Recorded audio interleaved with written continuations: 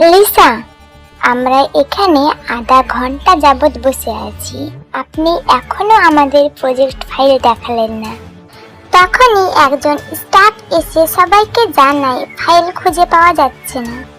What the hell, file খুঁজে পাওয়া যাচ্ছে না মানে? ফাজলামো হচ্ছে নাকি? আমরা মাঠে মারা যাব এই প্রজেক্টে কিছু হলে। কোথায় আপনাদের সিইও? নাকি সে পালিয়েছে? নাকি সব প্ল্যান করে এসব করেছে আমাদের টাকা হাতানোর জন্য?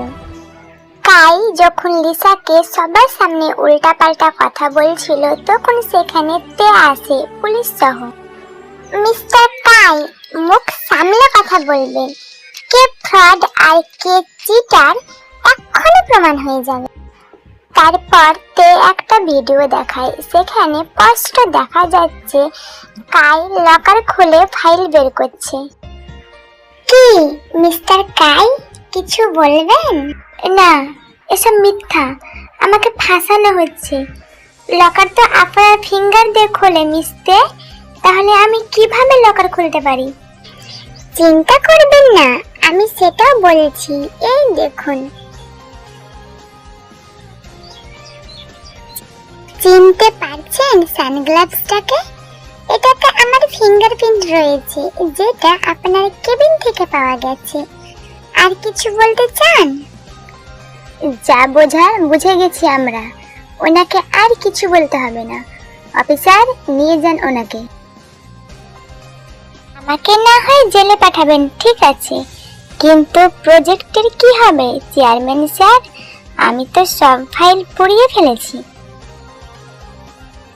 ওইটা আপনাকে চিন্তা করতে হবে না মিস্টার কাই, ওগুলো সব নকল ফাইল ছিল, আসল ফাইলটা আমার হাতে। অফিসার, নিয়ে যান ওনাকে। মিস্তে, ছাড়বো না আমি তোকে, আমি দেখে নেব। তারপরে পুলিশ কাইকে ওখান থেকে নিয়ে যায়। তে, আপনি এত কিছু কিভাবে? আমি তো কিছুই বুঝতে পারছি না। কাই অনেকদিন আগে থেকে আমার কোম্পানির ক্ষতি করার চেষ্টা করছিল, কিন্তু আমার কাছে কোনো প্রমাণ ছিল না। আমিও ওকে হাতে নাতে ধরার অপেক্ষায় ছিলাম। আমি জানতাম ও এইবার কিছু না কিছু করবে, তাই আমিও ভাত পেতে বসেছিলে। হ্যাঁ, ইউ আর জিনিয়াস মিস্তে। Thank you sir. সুগা ও জাংকুক দুজনেই অ্যাসাইলামে আসে এক কয়েদির কাছে। কয়েদিটার সাথে দেখা করার পর সেই দিনের মতো জাংকুক বাগানে গিয়ে দাঁড়ায় আর মেয়েটাকে খুঁজতে থাকে। কি রে, মেয়েটাকে খুঁজছিস নাকি? হ্যাঁ, কিন্তু মেয়েটাকে দেখতে পাচ্ছি না। দেখতে হবে না, চল এখন, আব্বু ফোন দিয়েছিল, যেতে হবে। তুই যা, আমি আসছি। আবার কি? কিছু না, যা, আসছি। জাংকুক সুগাকে সেখান থেকে পাঠিয়ে দিয়ে সে বাগানের একটু ভেতরে এগোতেই দেখলো সেই দিনের ওই মেয়েটি একটি শিউলি ফুলের গাছের নিচে বসে ফুল কুড়াচ্ছে। জাংকুক মেয়েটির দিকে অপলক দৃষ্টিতে তাকিয়ে আছে আর মনে মনে ভাবছে, কি অপরূপ এই মেয়েটা, কে বলবে ও পাগল? কোথায়? আমার তো ওকে দেখে পাগল মনে হচ্ছে না। জাংকুক মেয়েটির দিকে ধীরে ধীরে এগোতে থাকে। এগোতে এগোতে একদম মেয়েটির কাছে গিয়ে দাঁড়াতে মেয়েটি ভয় পেয়ে হাতের ফুলগুলো ফেলে দিয়ে দৌড় দেয়। জাংকুক এগোতে যাবে ঠিক তখনই সেখানে সুগা আসে। কি রে, ওদিকে কোথায় যাচ্ছিস? চল, কাজ শেষ। না, কোথাও না, চল ফিরবো এখন, আবার আব্বুর সাথে কথা বলতে হবে। হ্যাঁ চল। এক নির্জন রাস্তা দিয়ে একটা কালো গাড়ি রাতের অন্ধকার ভেদ করে সামনে এগোচ্ছিল। হঠাৎ করে গাড়ির সামনে একটা বাইক এসে দাঁড়ালো। প্রথমে গাড়ি থেকে দুইজন কোট পরা লোক বের হলো আর সাথে সাথে বাইকে থাকা লোকটি দুজনকে গুলি করে আর লোক দুটো সাথে সাথে মারা যায়। গাড়িতে থাকা দুজন ভয়ে গাড়ি থেকে নেমে দৌড়াতে থাকে। বাইকে থাকা লোকটি তাদের দিকে এগিয়ে তাদের পেছন থেকে গুলি করে, একজনের মাথায় আর একজনের পায়ে। তারপর সে সেখান থেকে চলে যায়। পরের দিন সকালে পুলিশ 3 জন লাশ সহ একজনকে বেহুশ অবস্থায় পায়। আর এই নিউজটি পুরো কোরিয়ায় আতঙ্ক সৃষ্টি করে, কারণ যে খুন হয়েছে উনি ছিলেন একজন নামকরা বিজনেসম্যান। আব্বু, তোমার সাথে দরকারি কথা আছে, স্টাডি রুমে চলো। হ্যাঁ, আমিও কিছু বলতে চাচ্ছি, তোর আম্মুর জন্য বলা হচ্ছে না, চল স্টাডি রুমে। আব্বু, নিউজটা শুনেছো? শুনেছি, কি বলছিস? কেসটা তো আমার কাছেই এসেছে, কারণ এই কেসটা তো আগের দুটো কেসের মতোই। আব্বু, আমার মনে হয় এইটা কোনো সিরিয়াল কিলারের কাজ। সব একই ধরনের খুন, সবাইকে মাথায় গুলি করে আর একজনকে পায়ে গুলি করে ছেড়ে দেয়। এই খুনিটাই যেই হোক না কেন, সে কিন্তু অনেক সাপি শুটার। মানে কি বলতে চাচ্ছ? কথাটা জাংকুক বলতে বলতে রুমে ঢুকে। দেখ, ফরেন্সিক থেকে রিপোর্ট এসেছে গুলিগুলো অনেক দূর থেকে করা হয়েছে, আর ক্রাইম স্পটে বাইকের চাকার দাগ পাওয়া গেছে, যেটা লাশ থেকে বেশ দূরেই ছিল। আর উইটনেসের বয়ান অনুযায়ী বাইকে বসে গুলি চালিয়েছিল। আর এই রকম সাপি শুটার পুরো কোরিয়ায় 5 জন: কিম সোহিয়ং, হুয়াং জুনজে, ইউনহো, জেহোক আর তুমি। হ্যাঁ, জেহোক? ইনি কে?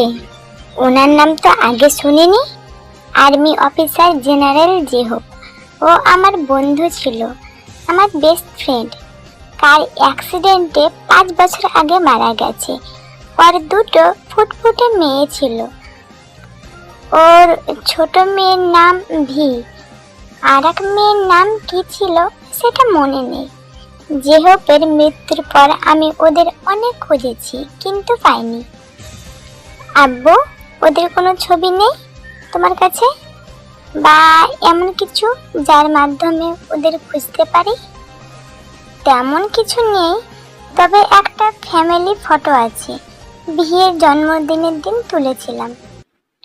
ওটা আমাকে দেবে? আচ্ছা, সে না হয় দেব, কিন্তু তুই কি করবি? এমনিতেই দেখব।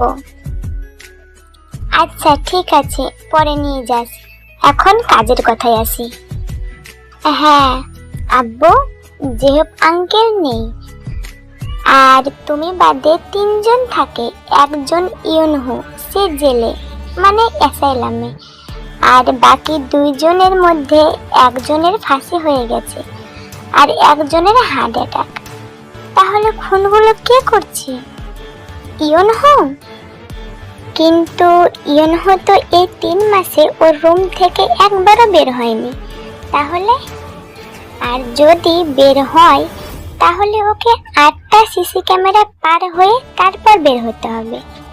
কিন্তু ক্যামেরায় তো ওকে বের হতে দেখা যায়নি, এমন কোনো রেকর্ডও নেই।